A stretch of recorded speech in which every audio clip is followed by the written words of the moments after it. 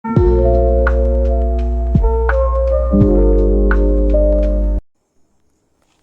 ရာဒီနေ့တော့နိုင်တာအောင်ကြောင်းတင်ပြပါဖြစ်ပါတယ်နိုင်တာအောင်ဆိုတာကတခုမှမဟုတ်ဘူးဆိုတော့အဓိပ္ပာယ်ရပါတယ်နိုင်တာအောင်ရဲ့နောက်မှာစက်ချက်များဖတ်နေလိုက်ပါတယ်ကဲကြပြလေးပြောကြည့်အောင်အငင်းကိုဖြုတ်ဖြေလို့စက်ချက်များပဲနေလို့ဒါလေးချက်ထားရပါပြီ Okay ကြည့်အောင် Vote the questions are not easy ဒီမိကုန်းတွေအားလုံးမလွယ်ကူဘူး Okay အားလုံးမလွယ်ကူလေကြည့်အောင်ဘိုးနေရာမှာထည့်မလို့နိုင်တာအောင်ပေါ့နိုင်တာအောင်ရဲ့နောက်ပါလိုက်မယ်အငင်းဟာနော်အငင်းကိုဖြုတ်မှာပြောတာအငင်းမဟုတ်နိုင်တာ of the question you ဟုတ်ပြီနိုင်တာ of the question ဟုတ်ပြီစက်ချက်များတယ်ဒါပေမဲ့ဘက်အနေပဲလိုက်မယ်ဆိုတော့အငင်းကိုဖြုတ်ဖြေလို့ဆိုတော့နော်နေပါထည့်မလဲ is p e e s ဆို easy ပေါ့ Okay အဲ့တော့တော့ကြည့်အောင် both the attacks were not ghost ဒီဥစ္စာတွေအားလုံးဟာမကောင်းကြဘူးမကောင်းခဲ့ကြဘူး Okay အဲ့တော့ဘိုးနေမှာထည့်မလဲနိုင်တာအောင်စက်ချက်များဆိုတော့ the attacks were not ဖြုတ်အပြမလဲဘက်အနေလို့ဆိုတော့ was ကိုဝင်ရပါ was Okay နောက်တစ်ခုကြည့်အောင် Boaz did not try to pass the exam တို့အားလုံးကစာမှုပွဲကိုဖြစ်ကြနိုင်ဖို့တော့ကြိုးစားခဲ့ကြဘူး Okay ဘိုးအောင်နေမှာထည့်မလဲ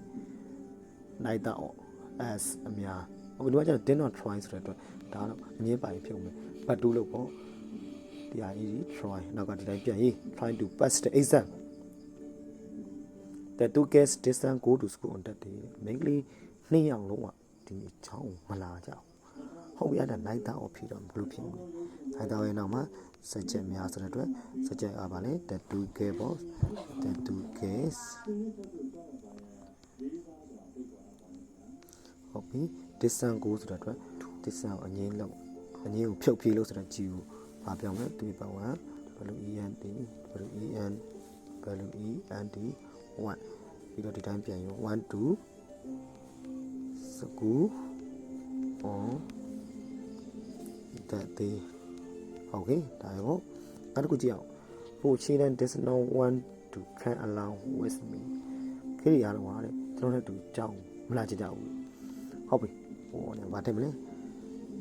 night off ခြေတန်းစီအဲ့ဒါခြေတန်းလိုက်ဟုတ်ပြီဒီတော့1ကိုပြုတ်တော့ဘတူကပါလဲဘတူပြောင်းမယ်ဘတူ NTE 1 to come ELAG lunch with me ဟုတ်ပြီအဲ့တော့ပုံစံသိမယ်နော်နိုင်တောင်းရင်းနဲ့မှာလိုက်မလဲစက်ချက်များဖတ်နေစကွတ်ဘာလို့စကွတ်